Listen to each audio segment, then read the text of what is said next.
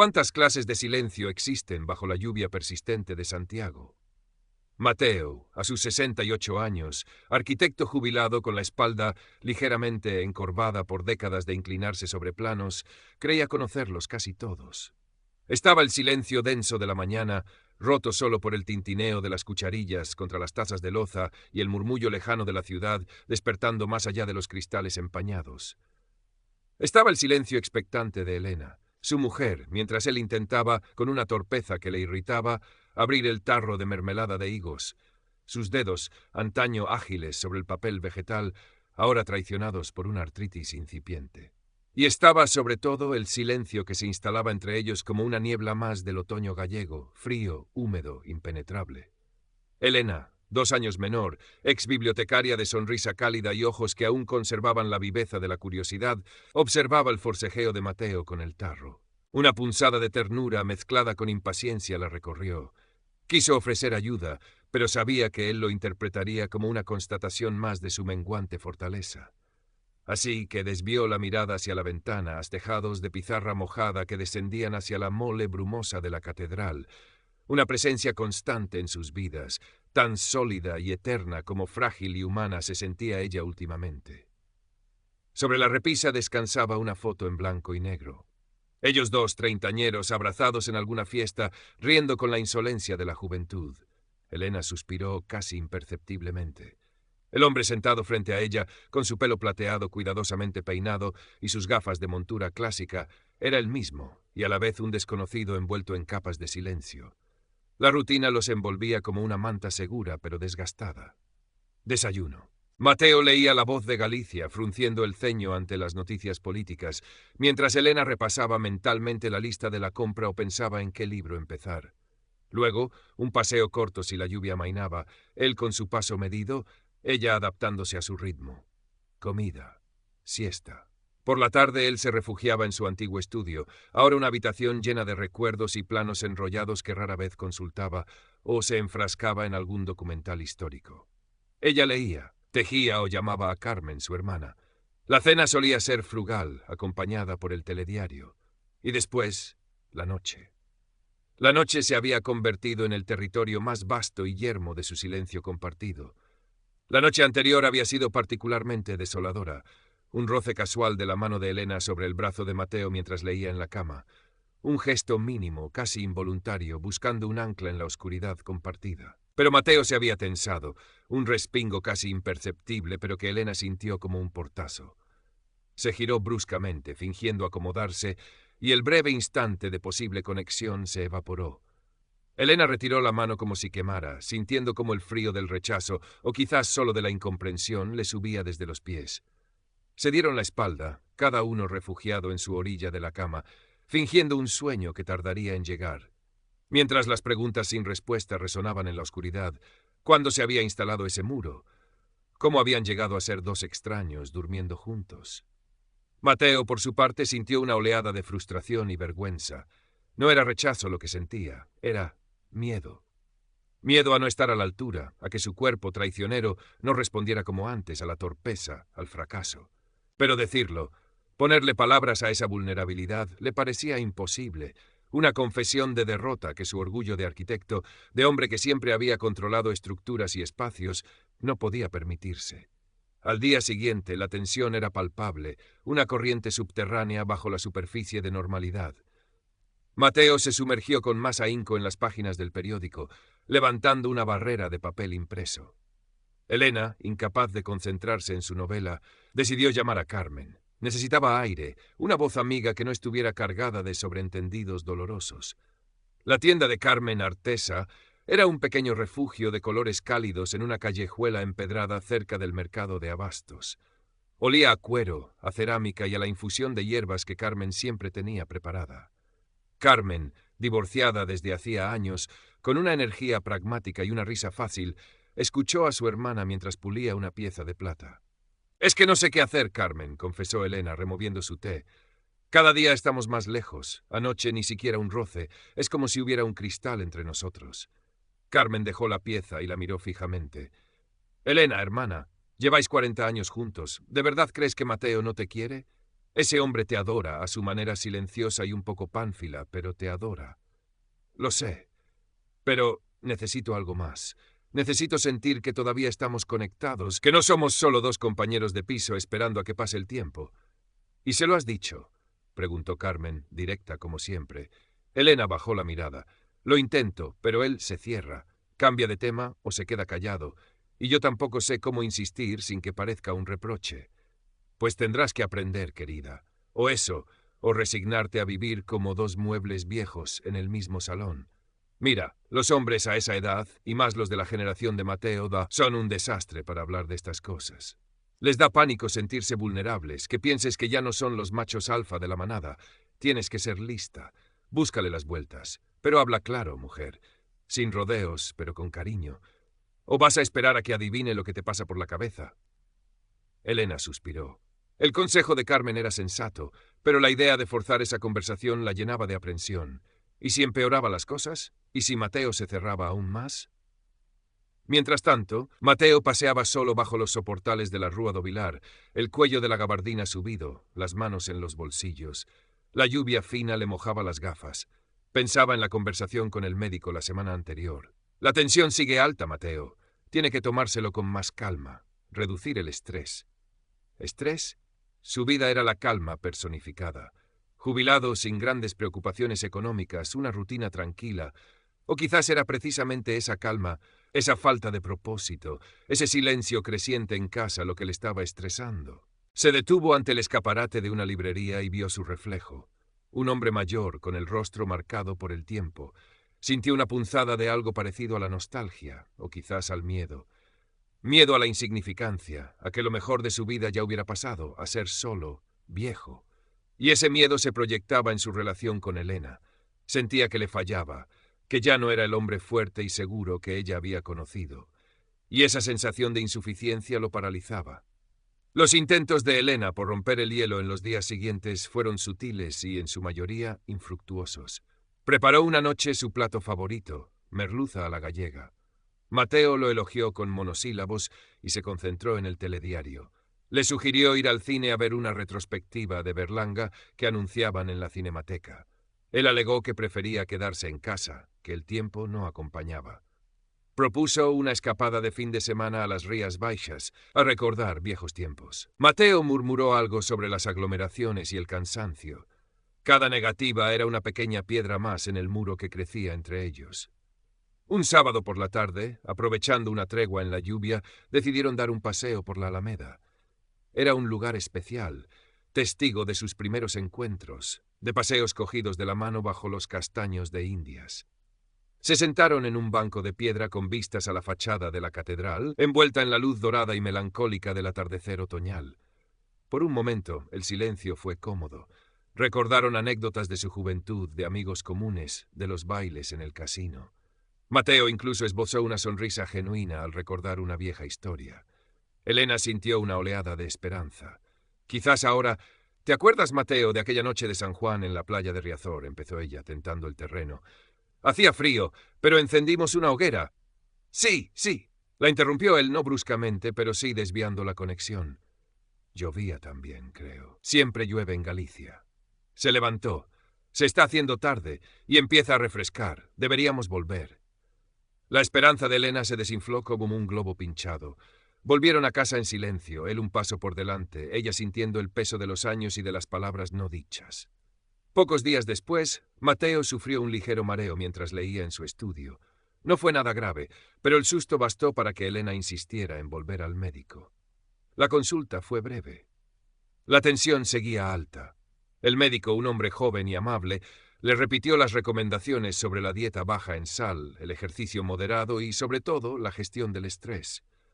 ¿Hay algo que le preocupe especialmente, Mateo?, preguntó con delicadeza.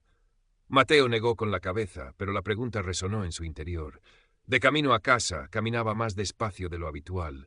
La vulnerabilidad de su propio cuerpo le había golpeado. Ya no era solo una cuestión de orgullo o de intimidad, era su salud la que estaba en juego. Por primera vez se permitió sentir el peso real de su angustia, de su miedo a envejecer, a perder facultades, a distanciarse de Elena. Era un miedo sordo, profundo, que había intentado ignorar, pero que su cuerpo se empeñaba en recordarle. Esa misma tarde Elena encontró consuelo donde siempre, en los libros. Releía un poemario de Ángel González que le había regalado Mateo hacía muchos años. Un verso la detuvo. Para que yo me llame Ángel González, para que mi ser pese sobre el suelo, fue necesario un ancho espacio y un largo tiempo. Siguió leyendo y encontró otros versos que hablaban del amor que perdura, que se transforma con el tiempo, que acepta las grietas y las sombras. Hablaban de una belleza distinta, más serena, quizás más profunda, la belleza de lo imperfecto, de lo compartido a pesar de todo. Sintió que esas palabras le ofrecían una perspectiva diferente, una invitación a la aceptación, no a la resignación. Quizás no se trataba de recuperar la pasión perdida, sino de descubrir la forma de amor que correspondía a su presente, a sus cuerpos cansados pero aún capaces de ternura, a sus almas cargadas de historia compartida. Algo empezó a cambiar, muy sutilmente. Las conversaciones seguían siendo cautelosas, pero Mateo parecía menos ausente. Empezaron a hablar más de planes sencillos, arreglar la persiana del dormitorio, visitar una exposición de fotografía, ordenar los libros acumulados. Temas seguros, sí, pero que implicaban un futuro compartido, por pequeño que fuera. La tensión disminuyó un grado, como si una ventana se hubiera entornado en la habitación cargada. Fue Carmen quien, con su habitual pragmatismo, les dio el empujón definitivo, aunque quizás sin pretenderlo del todo. Estaba tomando café con ellos en su piso una tarde lluviosa. ¿Y qué hacéis ahora que estáis los dos jubilados todo el santo día metidos en casa? Os vais a polillar, dijo, mientras observaba con disimulo la distancia tácita entre ellos. Deberíais buscar alguna actividad juntos. ¿Qué sé yo? Un curso de cocina. ¿Apuntaros a un club de lectura? O, ya sé, clases de baile de salón. Vi un anuncio el otro día en el centro sociocultural, para mayores. Tango, vals, imagínate Mateo, tú de tanguero. Mateo bufó, removiéndose incómodo en el sillón. No digas tonterías, Carmen, yo no tengo edad para esas cosas. ¡Ay, qué abuelo cebolleta estás hecho!, replicó Carmen riendo. La edad está en la cabeza. Además, dicen que bailar es buenísimo para la memoria, para las articulaciones y para el buen humor, que falta os hace a los dos. Elena observó a Mateo. Esperaba una negativa rotunda, pero él se quedó callado, pensativo. La idea era descabellada, sí. Él, que siempre había sido más bien patoso bailando. Pero quizás era precisamente lo absurdo de la propuesta lo que la hacía atractiva. Algo completamente fuera de su rutina, algo que les obligaría a coordinarse, a tocarse, a reírse de sí mismos. Bueno, dijo Elena, sorprendiéndose a sí misma. ¿Por qué no? Podríamos probar, solo por curiosidad. Mateo la miró, arqueando una ceja. Vio en sus ojos una chispa que hacía tiempo que no veía, una mezcla de desafío y esperanza. Y pensó en la tensión alta, en el médico, en el silencio. Quizás Carmen tenía razón. Quizás necesitaban hacer algo radicalmente distinto. Está bien, concedió, con un suspiro que sonó casi a alivio. Probaremos, pero si hago el ridículo, la culpa será tuya, Carmen. Las primeras clases de tango en el centro sociocultural fueron una mezcla de torpeza cómica y tensión contenida. Mateo, rígido como un palo de escoba, contaba los pasos en voz baja, tropezando con sus propios pies y con los de Elena. Ella intentaba seguirle, mordiéndose el labio para no reírse abiertamente, aunque sus ojos chispeaban de diversión. La profesora, una mujer paciente llamada Isabel, les corregía con amabilidad. Más relajado, Mateo. Sienta la música. Elena, déjate llevar por su guía, confía. Confiar. Dejarse llevar. Eran conceptos que habían olvidado aplicar en su relación. Pero allí, en la pequeña sala con suelo de parqué y música melancólica de bandoneón, algo empezó a moverse. La concentración requerida para aprender los pasos les obligaba a estar presentes, a mirarse, a comunicarse sin palabras. El contacto físico, inicialmente torpe y formal, la mano de él en la cintura de ella, sus manos unidas, se fue volviendo más natural. Descubrieron que podían reírse juntos de sus errores. Mateo, sorprendentemente, empezó a relajarse, a disfrutar del desafío de coordinar cuerpo y mente. Elena redescubrió la sensación de seguir la iniciativa de su marido, de apoyarse en él, aunque fuera solo en el baile. Semana tras semana, la clase de tango se convirtió en su pequeño ritual, un espacio seguro donde la comunicación fluía de otra manera. No hablaban de sus problemas, pero estaban juntos, aprendiendo, esforzándose, compartiendo una experiencia nueva. La rigidez de Mateo empezó a ceder, no solo en el baile, sino también en casa. Comentaban la clase, se reían de algún paso fallido, incluso tarareaban alguna melodía. Elena sentía que la niebla empezaba a disiparse lentamente. Un domingo decidieron dar un paseo más largo, acercándose al Monte do Gozo, desde donde los peregrinos ven por primera vez las torres de la catedral. El aire era fresco y limpio después de la lluvia. Observaron a un grupo de peregrinos que llegaban, cansados pero con los ojos brillantes de emoción. Algunos eran jóvenes, otros claramente mayores, algunos cojeaban visiblemente. «Cada uno a su ritmo», murmuró Elena casi para sí misma. Mateo asintió. «Pero todos llegan, o lo importante es el camino, supongo». Miró las viejas piedras del sendero, desgastadas por incontables pasos. Resisten, ¿eh? Como las piedras de la catedral. Ven pasar el tiempo, las tormentas, y siguen ahí. Elena lo miró. Había algo nuevo en su voz, una reflexión tranquila, una aceptación que no había percibido antes. Sintió que ese era el momento. El camino recorrido en las clases de baile, la visión de los peregrinos, la solidez de las piedras, todo parecía haber preparado el terreno. Esa noche, después de cenar mientras recogían la cocina, el silencio volvió a instalarse, pero ya no era hostil. Era un silencio expectante. Estaban sentados en el salón con una copa de albariño, la música suave de un CD de jazz flotando en el aire. Fue Mateo quien rompió el hielo, sorprendiendo a Elena. «Sabes, Elena», empezó mirando la copa entre sus manos, «lo del baile me ha hecho pensar». Hizo una pausa, buscando las palabras. «Me da miedo, fallarte, no ser el mismo de antes, que mi cuerpo, que yo, ya no sea suficiente». Las palabras salieron con dificultad, quebradas por una vulnerabilidad que nunca antes se había permitido mostrar. Elena sintió que el corazón le daba un vuelco. Se acercó, puso su mano sobre la de él. Estaba fría. «Mateo», dijo suavemente, «y a mí me da miedo sentir que te pierdo, que estamos juntos pero solos. Me da miedo este silencio, esta distancia. No necesito al Mateo de hace 30 años, necesito al Mateo de ahora. Necesito sentir que estamos conectados, que podemos hablar, que nos importamos». Él levantó la vista, sus ojos encontrando los de ella. Había sorpresa, pero también alivio. «Yo también tengo miedo de eso, Elena. Miedo de la soledad, aunque estemos en la misma habitación. Miedo de no saber cómo acercarme. A veces siento que cualquier cosa que haga será torpe o insuficiente». «Y yo tengo miedo de pedir, de parecer exigente», confesó ella. «Pero lo que más quiero no es la pasión de antes. Es esto. Es poder hablar, es sentir tu mano, es saber que estás ahí conmigo. Necesito ternura, Mateo. Necesito saber que todavía me ves». Hablaron durante largo rato, con una honestidad que hacía años que no compartían. No hubo reproches, solo la exposición sincera de sus miedos, de sus inseguridades, de sus necesidades. Se escucharon con una atención nueva, con empatía. Reconocieron el dolor que ambos habían sentido, la dificultad de navegar por esa etapa de la vida, con sus cambios físicos y emocionales. Cuando las palabras se agotaron, el silencio que quedó era distinto. Era un silencio lleno de comprensión, de alivio. Mateo atrajo a Elena hacia sí y la abrazó, un abrazo largo, profundo, que decía más que todas las palabras.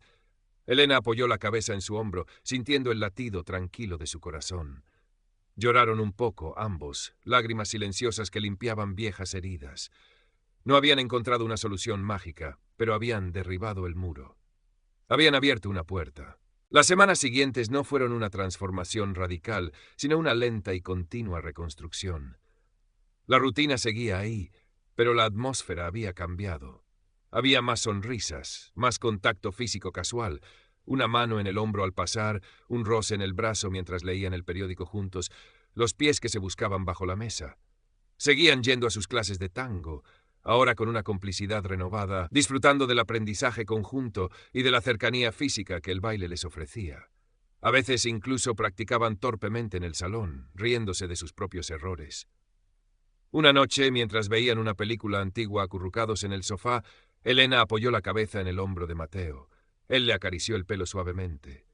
No hubo necesidad de más. La intimidad había vuelto, no con la urgencia de la juventud, sino con la calma serena de la ternura compartida, del entendimiento mutuo, de la aceptación del presente. Era una intimidad tejida con hilos de confianza, de vulnerabilidad compartida y de la decisión consciente de cuidarse el uno al otro. Un domingo por la mañana, el sol de otoño se filtraba por la ventana, iluminando la cocina. Estaban preparando juntos unas filloas, una vieja receta de la madre de Elena. Mateo, siguiendo las instrucciones de su mujer, intentaba